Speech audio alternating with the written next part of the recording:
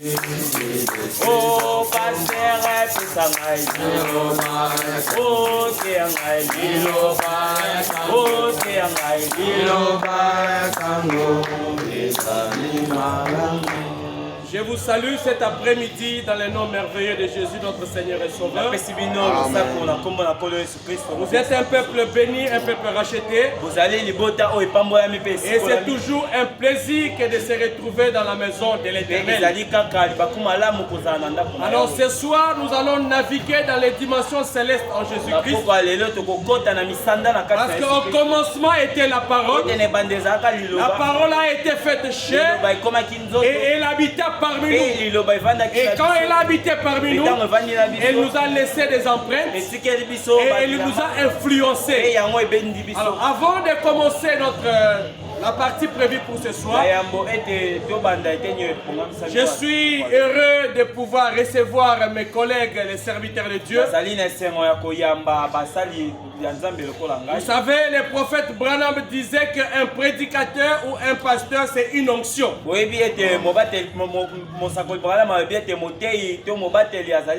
Chaque fois qu'un homme de Dieu sur qui il est accompagné d'une onction. Et ce soir, à part l'onction du pasteur du ciel, nous sommes enrichis de deux onctions entre nous. C'est pourquoi je vais les inviter à pouvoir saluer les cultes. Ils vont vous se présenter et ils vont vous saluer et vous transmettre les riches bénédictions. Amen. Une maison qui ne reçoit pas de visiteurs est une mauvaise maison. Une maison qui ne reçoit pas les autres, c'est une maison qui va s'appauvrir. Parce qu'il y a une bénédiction liée à l'hospitalité. Dieu lui-même est hospitalier. Et il désire que ceux qui les servent avec hospitalité. Voilà pourquoi je m'en vais inviter l'homme de Dieu. Il va vous saluer, se présenter. Dieu vous bénisse, pasteur.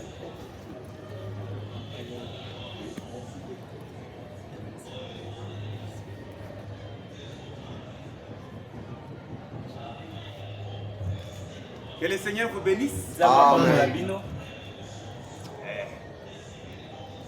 Je me souviens un peu au Banam.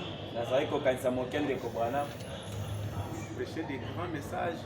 Si vous les entendez sur les bancs, vous penserez peut-être que c'est dans une grande église. Alléluia.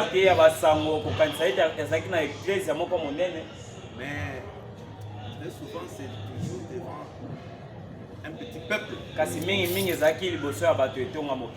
me disais, est-ce parce que l'épouse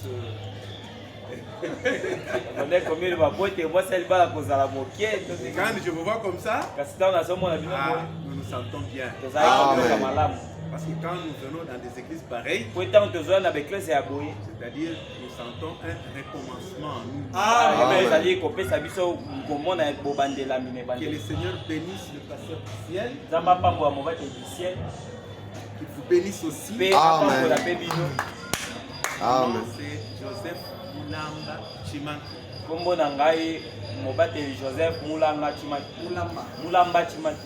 Ok, je suis un apôtre.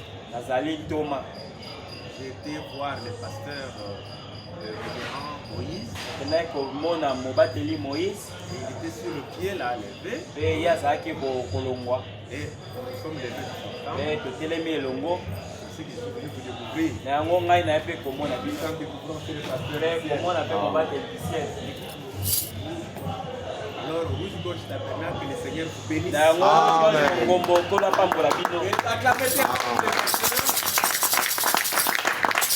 Je vais inviter un autre grand homme, une grande onction.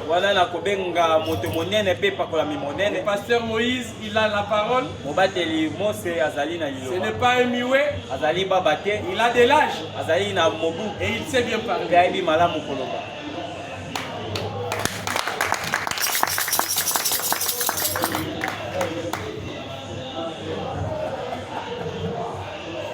Que le Seigneur vous bénisse. Amen. Amen. Nous sommes avec vous ce soir. Votre pasteur, c'est un ami à moi, un grand ami à moi. Il a aussi déjà prêché pour nous. Là où nous sommes, en Turquie, à Istanbul. Et nous sommes vraiment contents d'être avec vous ce soir. Jésus, en parlant de là où il donne rendez-vous à ses enfants, il dit que si 2 ou 3. Donc quand 2 ou 3 sont là, Jésus a promis d'être au milieu de nous. Donc ne vous minimisez pas. Amen. Amen. Il peut être même dans une petite église. Petite église, ce n'est pas par rapport au nombre de gens. C'est la qualité de l'esprit. Amen. Amen. Et une qualité d'esprit, c'est ça ce qui fait d'une église une grande église. Ne voyez pas les foules. Que le Seigneur bénisse. Le révérend Moïse Mwamba, pasteur de Tabernacle de la Miséricorde de Dieu. Tabernacle de la Miséricorde. Bienvenue. Amen, pasteur. Acclamez très fort pour le pasteur. Il est pasteur du Tabernacle de la Miséricorde de Dieu. C'est à Istanbul, en Turquie. J'étais en Istanbul, j'étais en Turquie à Istanbul au mois de juin 2021. Et j'ai prêché là-bas pendant que lui était ici à Kinshasa. Il m'avait fait confiance et nous avions parlé de la part du Seigneur. Et depuis lors, nous sommes restés de très grands amis, des vrais et des vrais amis. À telle enseigne que nous nous entraînons sur beaucoup de points de la parole et même dans la vie courante. Alors aujourd'hui, nous allons parler d'un sermon. En principe, ce n'était pas moi qui étais censé parler aujourd'hui. Comme vous le savez, j'ai fait un voyage de 2 mois, 10 jours, 12 jours. Je suis parti par la France, je suis entré en Belgique et je suis allé terminer la course à Londres, en Angleterre. Quand la reine d'Angleterre est morte le 8 septembre, j'étais là. Tout ce qui s'est passé autour des funérailles de cette grande reine dont a parlé le prophète Branham, j'étais là. Et le jour où on l'enterrait, soit le 19 septembre 2022, j'ai quitté Londres le matin. Alors, pendant que j'étais à Londres, j'ai pu profiter d'aller visiter la paroisse, la cathédrale du 6e messager John Wesley.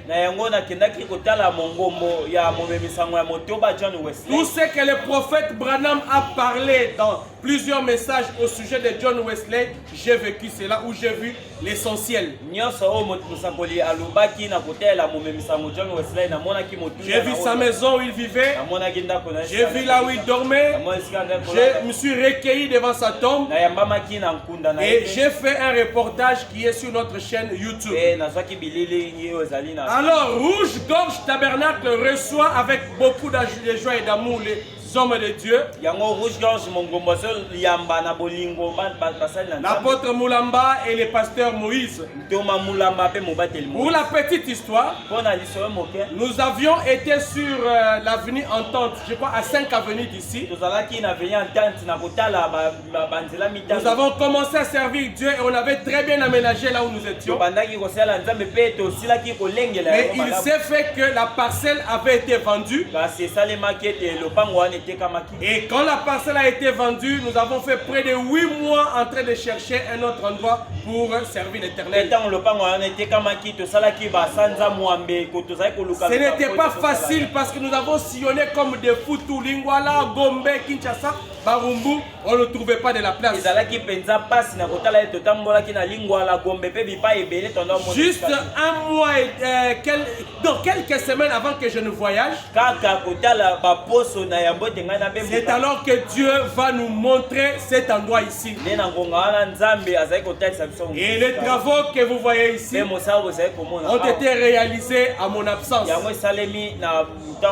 Je suis rentré mardi passé. Aujourd'hui, je totalise exactement une semaine depuis mon retour. C'est comme les hommes de Dieu l'ont dit ici. Il y a des sermons que le prophète Branham a prêché. Vous vous rendrez compte que c'est comme si c'était des grandes églises. Mais Dieu merci parce que c'était un homme de Dieu. Il savait faire la différence et montrer que la grande église ce n'est pas la masse. La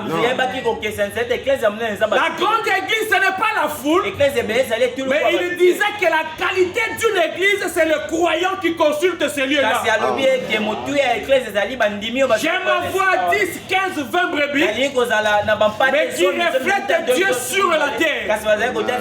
Alors, qui sommes-nous? Parce que peut-être certains sont parmi nous qui ne peuvent pas comprendre pourquoi nous parlons de Branham. Laissez-moi vous dire que nous ne sommes pas des branhamistes, mais nous sommes des chrétiens, nous sommes des croyants, nous croyons en Jésus-Christ. C'est Jésus-Christ qui nous a sauvés, c'est Jésus-Christ qui a hérité les prix pour nous, au point que si nous existons, c'est par sa grâce. C'est lui le Dieu créateur des cieux et la terre. C'est lui qui m'a créé, qui vous a créé, et c'est lui qui nous donne le souffle. Jésus est le Seigneur, Jésus est la vie, il est tout en tout. Alléluia. Mais Jésus Dieu, qui était là-bas au ciel, il voulait se rapprocher de l'homme. Jésus voulait parler avec l'homme. Et comme il était Dieu, un grand Dieu invisible, il ne savait pas laisser que l'homme le perçoive. L'homme souffrait devant Dieu. Dieu souffrait devant contact avec Dieu. C'est ainsi qu'il avait trouvé un moyen facile. Et le moyen facile de Dieu, c'était au jardin d'Éden. Dieu avait créé un jardin. Et dans ce jardin, Dieu y plaça un homme. Dieu avait trouvé que pour parler à l'homme, il fallait utiliser l'homme. C'est ainsi que Dieu utilisait les tout premiers prophètes qu'on a appelé Adam. Quelqu'un me posera la question, comment Adam est prophète? Oui, Adam est le tout premier prophète de l'histoire de l'humanité. Parce que la Bible dit, Dieu ne fait rien sans révéler ses secrets à ses serviteurs, le prophète. Mais vous allez découvrir que Adam était le détenteur des secrets de Dieu. Tous les jardins d'Éden, Adam en connaissait les secrets. Il avait eu ça de qui? De Dieu lui-même. Dieu est descendu, a commencé à le révéler. Voici ce qu'il y a. Voici ce qu'il y a. Au point que Dieu lui a dit, tu ne toucheras pas. Tu ne mangeras pas. Dieu avait dit, tu ne mangeras pas. À l'arbre, au fruit de l'arbre qui est au milieu du jardin. Est-ce que vous comprenez? Là, Dieu parle avec qui? Adam. La course continue. Adam va faire reproduire une représentante qui était en elle.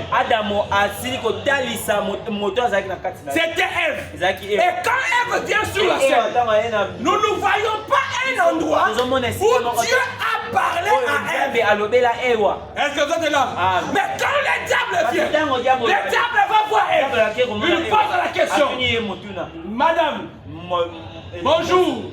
Est-ce que Dieu a-t-il réellement dit? Regardez le mystère qui se produit. Ève va reproduire. Ève va reproduire exactement ce que Dieu avait dit à Adam, Dieu nous a interdit de ne pas manger à l'arbre, au fruit de l'arbre qui est au milieu du jardin. Est-ce que vous voyez un endroit où Dieu a parlé à Ève? Non, monsieur. C'est Dieu qui a parlé à Adam pour ne pas briser Amos 3:7. Car Dieu ne fait rien sans révéler ses secrets à ses serviteurs, les prophètes. Et les serviteurs de prophètes, Adam sur la terre, va prendre ses secrets, révéler à sa femme ce qui faisait de lui un prophète. Alléluia. Levez-vous, on va lire la parole de Dieu. Je suis avec vous dans le livre des Nombres, chapitre 14e. Le verset 4e. Et il dit l'un à l'autre, nommons un chef et retournons en Égypte. Moïse et Aaron tombèrent sur le visage en présence de toute l'assemblée réunie des enfants d'Israël. Et parmi ceux qui avaient exploré le pays, Josué fils de Nun et Caleb fils de Jephné déchirèrent leurs vêtements et parlèrent ainsi à toute l'assemblée des enfants d'Israël. Le pays que nous avons parcouru pour l'explorer est un pays très bon, excellent. Pendant que vous restez debout, nous ajoutons Actes des Apôtres, chapitre 21. Nous prenons les versets 17 jusqu'au 21e. Afin que le reste des hommes cherchent le Seigneur, ainsi que toutes les nations sur lesquelles mon nom est invoqué. Dit le Seigneur qui fait ces choses et à qui elles sont connues de toute l'éternité. C'est pourquoi je suis d'avis qu'on ne crée pas de difficultés à ceux de païens qui se convertissent à Dieu. Mais qu'on leur écrive de s'abstenir de suivre des idoles, de l'impudicité des animaux étouffés et du sang. Car depuis bien des générations, Moïse a dans chaque ville des gens qui les prêchent, puisqu'on les lit tous les jours des sabbats dans les synagogues. L'homme de Dieu Moïse va prier pour la parole et on va prendre quelque chose. Dieu notre Père Céleste, Seigneur Jésus, Seigneur Dieu, tu nous as donné la grâce d'ouvrir, Père, les pages de l'Écriture. Père Tout-Puissant, nous l'avons lu, Seigneur Dieu, comme tout homme qui a été à l'école. Mais celui qui en détient le contexte n'est que toi. C'est pourquoi nous t'invitons, Seigneur, de te saisir de ton serviteur, Père. Seigneur Dieu, afin que tu puisses, oh Dieu, le prendre entièrement sous ton contrôle, Père. Que tu nous prennes, nous aussi, l'auditoire, Seigneur Dieu, sous ton contrôle. Afin que, Père, tes oracles soient proclamés avec puissance et que, Seigneur, des signes, des prodiges, des miracles accompagnent celle-ci pour confirmer que ta parole est la vérité. Amen. Alors que nous nous remettons à toi au nom du Seigneur Jésus-Christ. Amen. Amen. Nous allons parler pendant tout ce temps ici d'un sermon intitulé l'impact de la révélation. Pourquoi nous allons parler de l'impact de la révélation? Parce que comme je vous ai dit ici du cas d'Adam, le message que Dieu donnait à Adam, c'était une révélation de ce qu'était Dieu. Et Dieu ouvrait cela à Adam. Et la façon de communiquer cela à Adam, ces phénomènes-là, cette façon de transmettre, la capacité de faire comprendre à Adam ce que Dieu était, la capacité de faire comprendre à Adam ce que Dieu voulait, la capacité de transmettre la volonté de Dieu à Adam. C'est ça qui est simplifié dans cette appellation révélation. Est-ce que vous êtes avec moi? La révélation, c'est quoi? La révélation, c'est le fruit ou le résultat de quelque chose d'obscur. La révélation, c'est la lumière qui est apportée devant une équation. La révélation, c'est le fruit de ce qui est rendu clairement à nos yeux. Et quand cette révélation vient, elle laisse un impact sur les gens. La génération qui reçoit la révélation reçoit les secousses positives de la révélation. Alléluia. La génération, la famille, l'église, les pays qui reçoit la révélation, elle reçoit les effets bénéfiques de cette révélation. C'est pourquoi sur la terre, Dieu opère à travers de gens qui sont censés transmettre cette révélation. Dieu nous a conduit à prendre ceci parce que le monde aujourd'hui est dans la débandade. Nous sommes en train de vivre à une période semblable à la période de la tour de Babel. Nous vivons à une période qui est comparée à la période de Nimrod, où tout était la confusion, où tout était ne marchait pas. Mais pendant que la confusion existait, Dieu avait créé une brèche. Pendant que la confusion demeurait, Dieu avait un représentant sur la terre. Et aujourd'hui, la chose se répète. Et aujourd'hui, l'histoire est la même. Les hommes meurent, mais les esprits ne meurent jamais.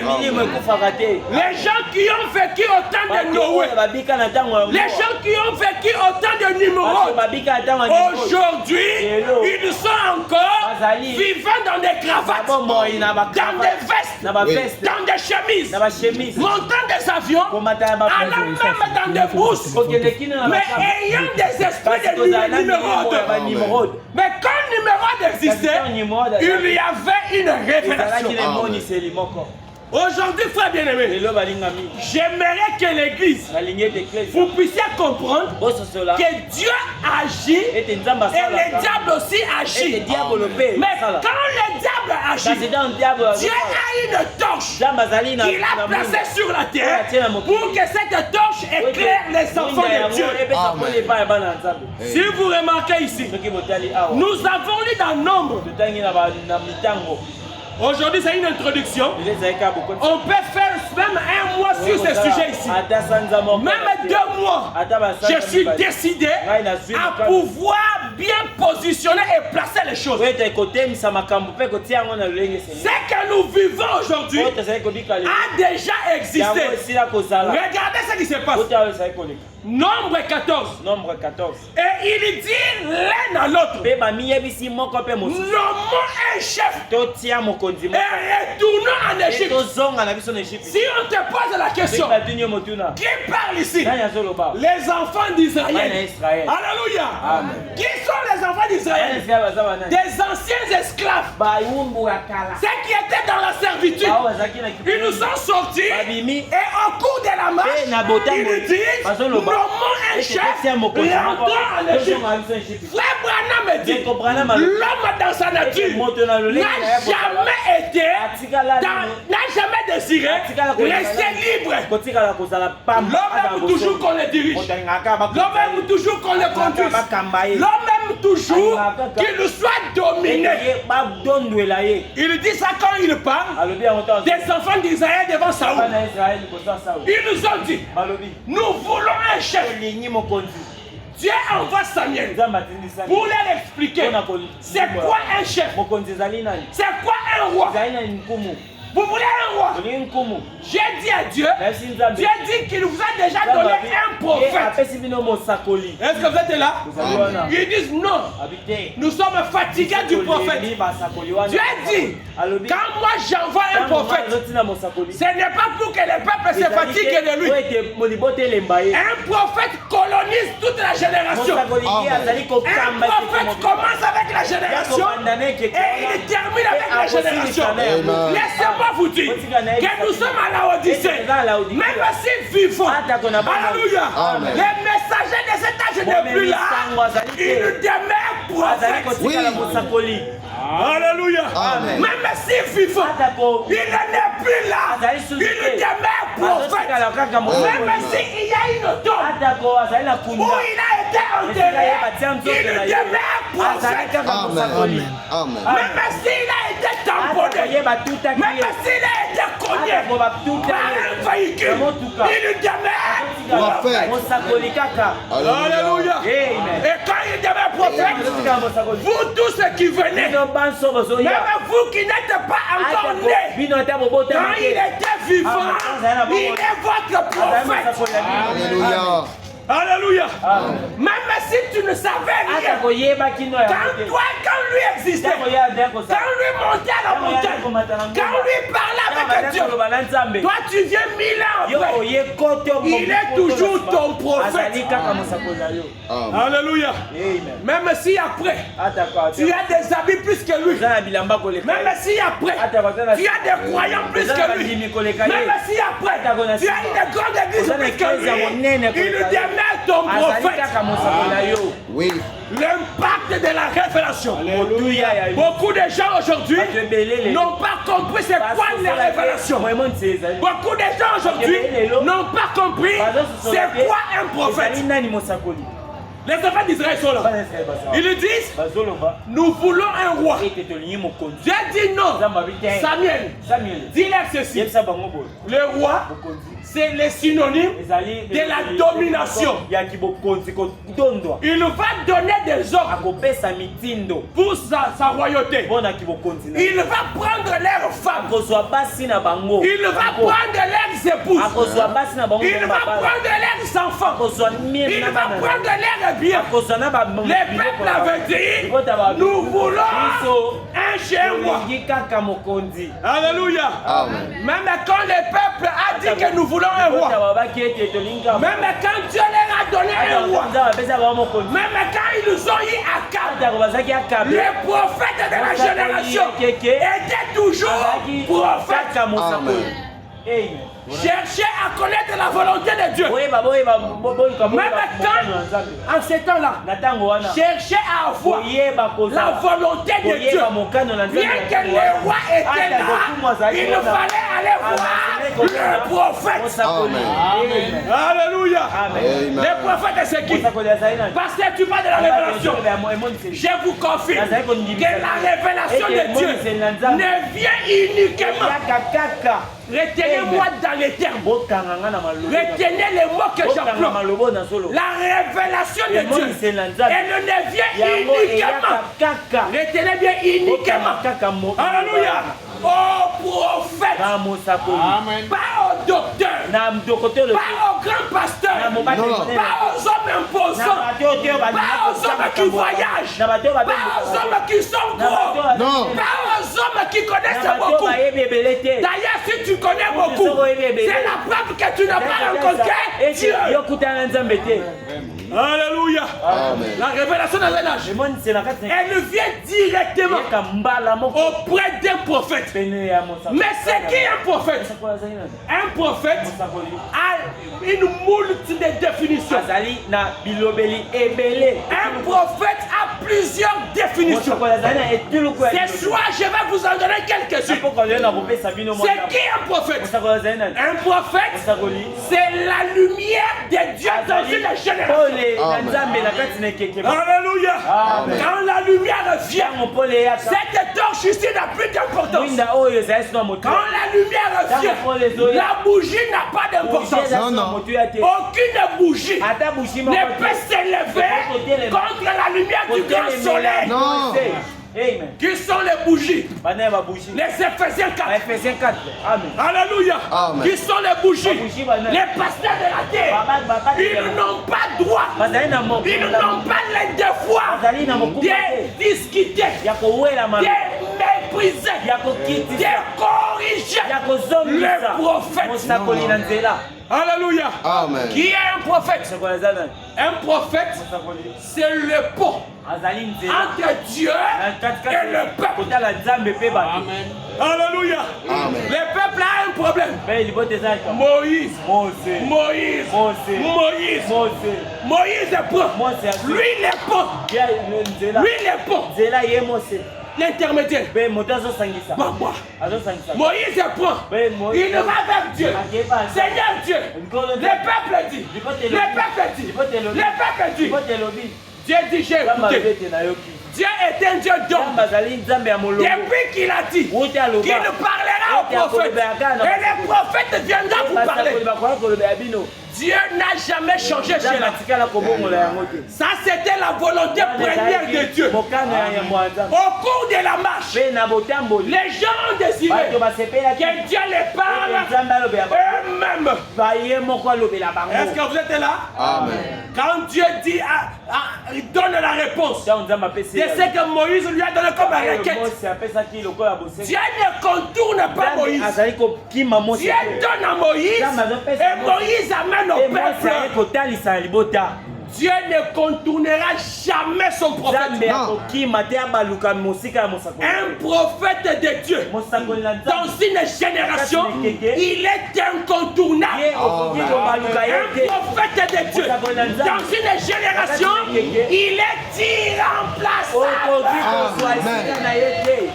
On ne remplace jamais un prophète. Dans votre tête, dans votre imagination, ne pensez même pas une seconde de vouloir remplacer le prophète. Est-ce que vous êtes là? Amen. Les sœurs, vous me suivez? Les frères, vous me suivez? Amen. Maintenant, les gens disent non, nous sommes fatigués du prophète. Nous ne voulons plus du prophète. Moïse, nous ne voulons plus de toi. Que Dieu nous parle lui-même. C'est comme ça que la scène se produit ici. Il dit l'un à l'autre. Nommons un chef. Retournons où? Dans l'esclavagisme. Vraiment. Nous étions des païens. Nous étions dans le monde. Nous étions dans la boussole de Satan. Et Dieu envoie une lumière dans ces temps de la Odyssée par le prophète Branham. La lumière vient et elle nous attire. Nous commençons à marcher. Et aujourd'hui, parce que nous sommes bien représentés, nous sommes bien positionnés, nous voulons que nous soyons des chefs dans la volonté de Dieu. Ça n'a jamais été. Dieu parlera. Dieu parle toujours. Dieu travaille. Dieu travaillera au travers d'un prophète. Et quand le prophète vient, c'est à partir de lui que la lumière commence à se répandre.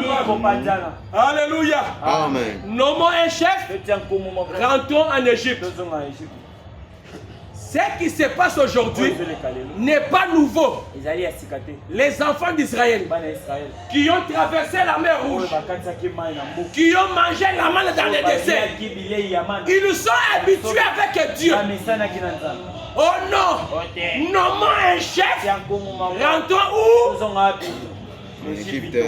Et les gens qui veulent nommer des chefs, les gens qui aiment des chefs, c'est eux que vous entendez aujourd'hui, qui n'aiment pas dire nous c'est les prophètes.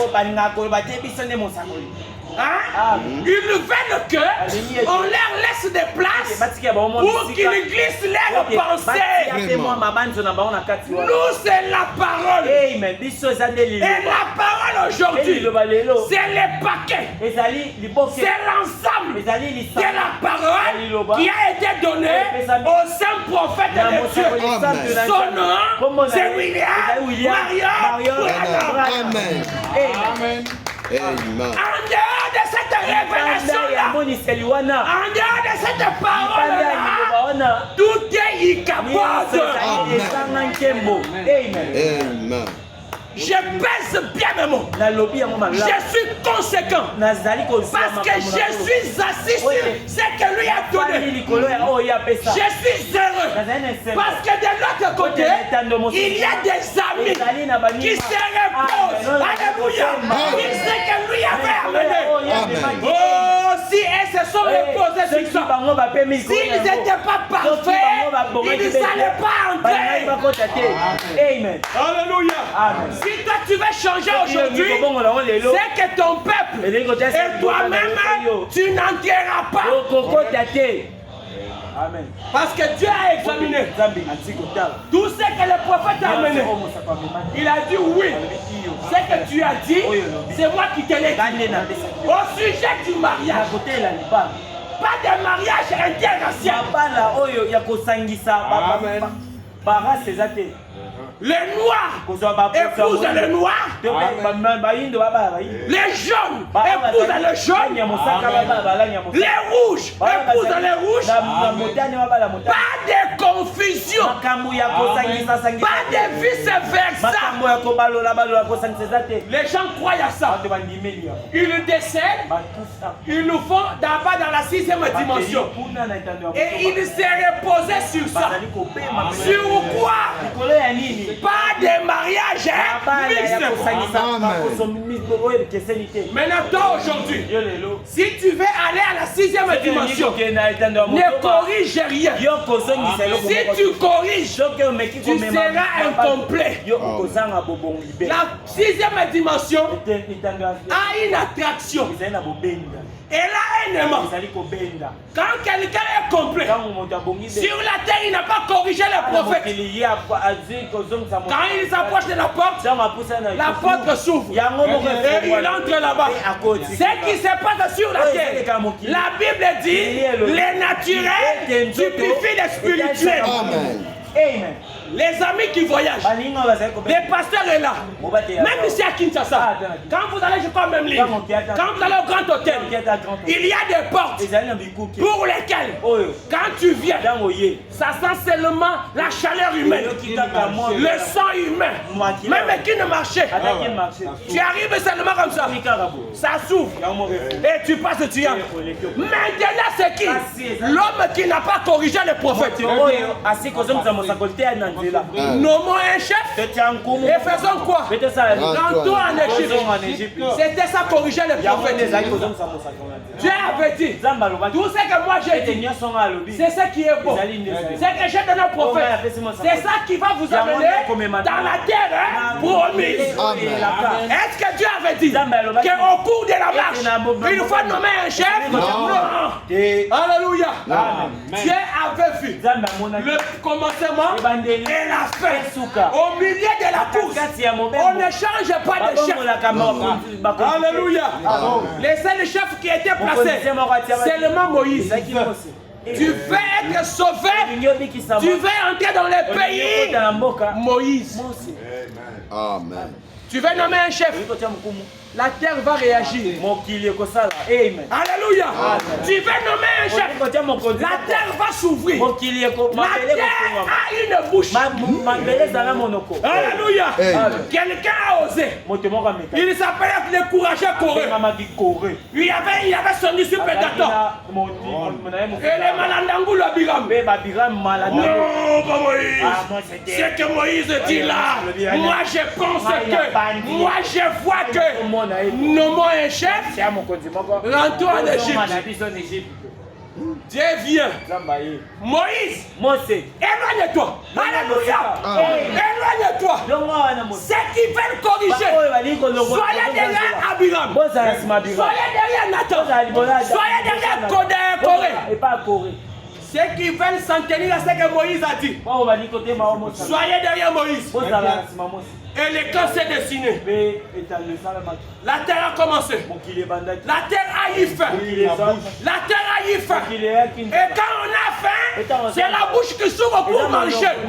Alléluia. Et pour satisfaire la bouche, satisfaire les ventres qui avaient faim, la terre s'est ouverte. Ça n'a pas pris les derniers. Ça n'a pas pris celui qui était au milieu.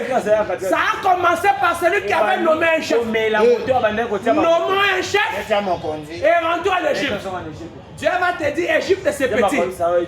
Là, moi, mon Égypte, je t'ai fait sortir de l'Égypte. Maintenant, tu joues avec moi. Tu veux que je te remette en Égypte. Tu ne rentres pas sous la terre. Alléluia. Tu joues avec Dieu. Le ciel parle. La terre s'ouvre. Ça commence par celui qui avait corrigé. Celui qui était chef là. Il le descend. Moïse, on comprend. Tu ne comprends pas. Descends là-bas. Descends. Moïse, pardon. Moïse, moi quand j'étais avec là-bas. Et Moïse s'est comporté comme Noé. Tata Noé, ouvre-nous. Noé dit, moi je ne connais pas. Moi j'ai fait l'arche. Faire l'arche, c'est mémé ici. Mémé on fait l'arche. Ça là, ça a fait l'arche.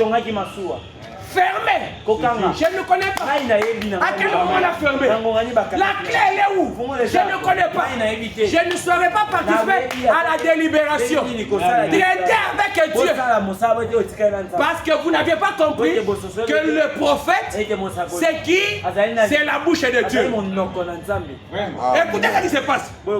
Nommons un chef et retournons à l'Égypte. Moïse et Aaron tombèrent à leurs yeux. Qui est Moïse Aaron? Toi aujourd'hui qui te reposes sur ce que Branham a mené. Tu dis ne change rien. Maintenant il y avait des témoins. Josué et Caleb. Oh alléluia. J'aime l'esprit de Josué. J'aime l'esprit de Caleb. Tu joues, je joue avec toi. Tu veux corriger les prophètes. Je te boycotte. Quelle audace tu as? Les ponts entre l'homme et Dieu. Toi tu vas les corriger. L'homme qui a baissé la colère de Dieu. Alléluia. Toi tu vas les corriger. C'est qui c'est qui le prophète? Le prophète est le thermostat de Dieu. Quand Dieu est furieux, quand Dieu veut frapper, vous savez, si Moïse avait intervenu pour Corée, Dathan, Abiram, ils n'allaient pas mourir. Mais ils avaient dépassé la ligne de démarcation. Alléluia. Qu'est-ce qui s'est passé? Corée, Dathan, Abiram et le peuple ne savaient pas que Moïse n'était plus là. Quand Dieu a dit séparez-vous, Moïse a commencé à marcher. Il continue en moto. Et la colonne de feu, elle ne suivait pas la foule. La colonne de feu, elle ne suivait pas la masse. Alléluia. Oh bien-aimé, la colonne de feu suivait un homme. La colonne de feu suivait Moïse. Quand Moïse marche, la colonne est là. Quand Moïse marche, la colonne est là. Il s'arrête, ça s'arrête. Quand nos Corée et Dathan ont cherché à discuter, Moïse n'était plus là. Pourquoi? Ils ont nommé un chef. Maintenant regardez. Parmi ceux qui avaient exploré le pays, quand Dieu vient avec un prophète, le prophète sélectionne des hommes par le Saint-Esprit qui vont explorer le pays. Moïse Mwamba, l'apôtre Moulamba, choisi par Moïse. Ils ont goûté le pays. Ils ont vu le fruit. Ils savent que dans notre pays, un prophète, on n'ose même pas le corriger. Maintenant, quand le peuple décoré est dans la tumulité, Moïse ne parle plus. Alléluia. Amen. Moïse a des gens pour le défendre. Alléluia. Moïse a des gens pour le défendre. Défendez Moïse. Défendez Moïse. Lui marche calmement. Josué est là. Caleb est là. Il déchire les habits. Il dit ce n'est pas possible. Cette parole que Moïse a reçue, le buisson ardent qui était entré en Moïse. Alléluia. Amen. Vous voulez résister à ça? Moïse, ça devient mon problème. Alléluia. Ça devient mon problème. Ça devient le problème de Moulamba. Ça devient le problème de Mwamba. Ça devient le problème du Selen Toumba. Alléluia.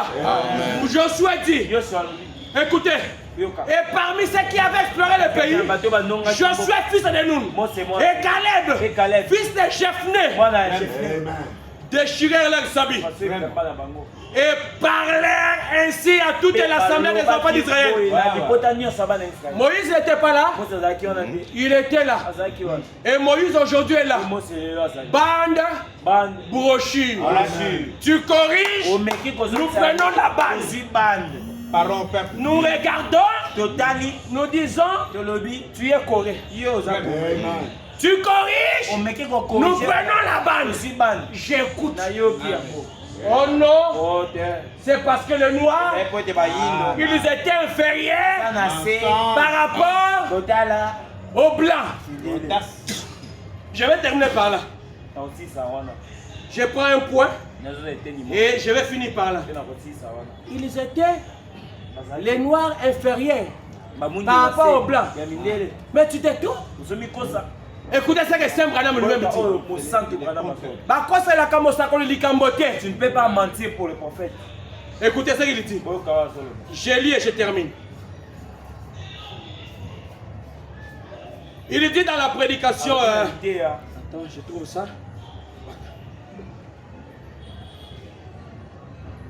Regardez ce qu'il dit.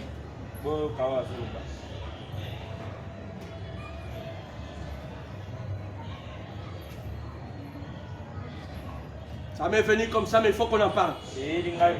Nous parlons de l'impact de la révélation. Quand tu es impacté par la révélation, tu comprendras qu'un prophète, on ne le corrige pas. Dans la vie normale, même dans un rêve, même si tu es un enfant, on ne corrige pas un prophète. Oh non, mais comment tu dis ça? Écoutez ce qu'il dit. Voilà. Je suis dans la prédication. Il n'en était pas ainsi au commencement. Oh, j'aime les prophètes. Quand le prophète dit des choses, ici, il est au Jan Eden. Il est à la Genèse. Il regarde là-bas. Il voit tout ce que Dieu dit. Il extrait cela.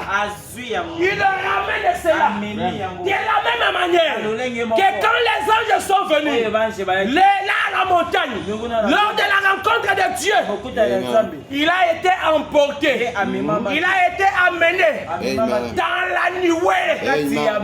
Mon prophète était dans la nuée, s'embrassant avec Dieu. Parce qu'il dit, le 7e ange, c'est lui qui l'intriguait. Il n'avait pas besoin du premier. Le deuxième, le troisième.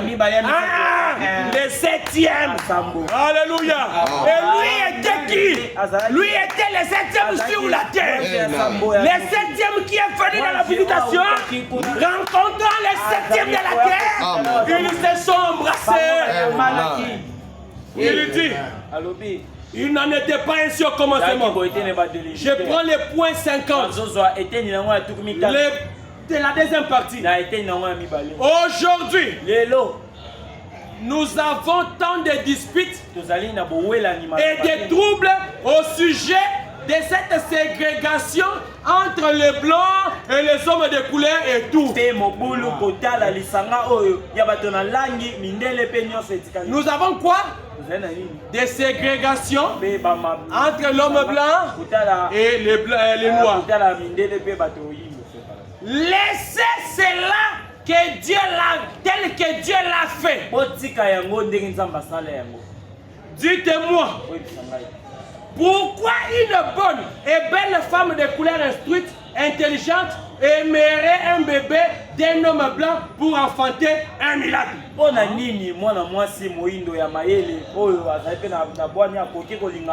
Cela n'a aucun sens. Disons tous, cela n'a aucun sens. Quand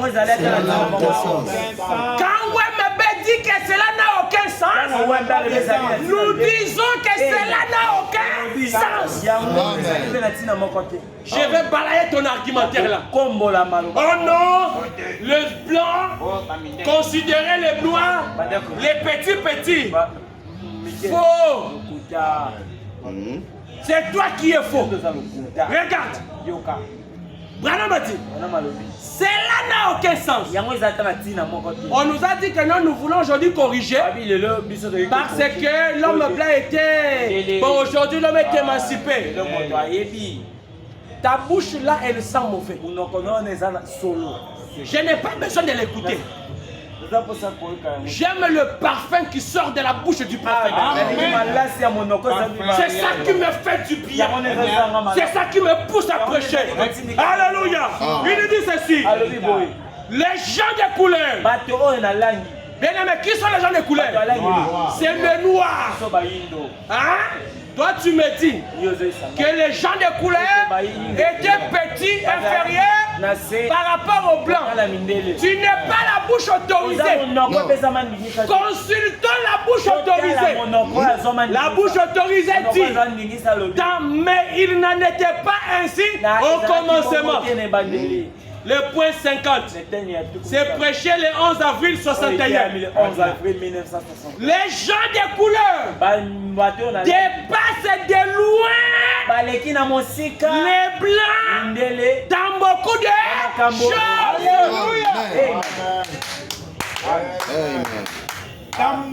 Les gens de couleur dépassent de très loin. Qui? Les blancs. Dans beaucoup de choses. Alléluia. Amen. Je répète l'homme blanc. Il était lui-même blanc. Mais pas un blanc normal. Un blanc qui embrassait Dieu. Un blanc qui faisait les lits patins avec Dieu. Alléluia.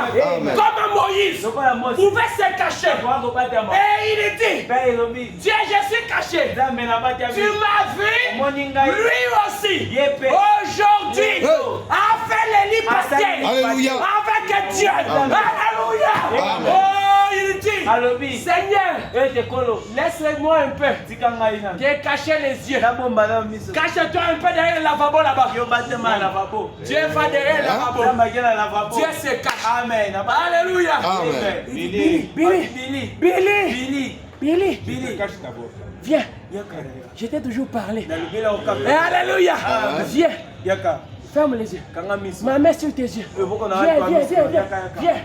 Il dit quand je vais enlever la main, ne regarde pas à droite. Ne regarde pas à gauche. Ne regarde pas au ciel. Maintenant là, il n'est pas au ciel. Alléluia. Maintenant là, il est au lavabo. Quand il est comme ça, il voit Dieu. Alléluia. Un homme comme ça, tu vas jouer avec lui. Quand il me dit que les hommes noirs dépassent, il ne dit pas de plus près, de très loin. Pas dans une chose, dans beaucoup de choses, dans beaucoup, la même mariage, il y a. Amen. Hein, même mariage, dans beaucoup là. Frère, ne jouez pas l'impact de la révélation. Quand la révélation tombe, elle descend sur moi, elle descend sur lui, elle descend là-bas. Et tous, nous dansons, nous parlons, nous agissons, nous marchons, nous nous habillons selon l'impact de la révélation. Que Dieu vous bénisse. Amen. Amen. Nous allons nous lever et chanter.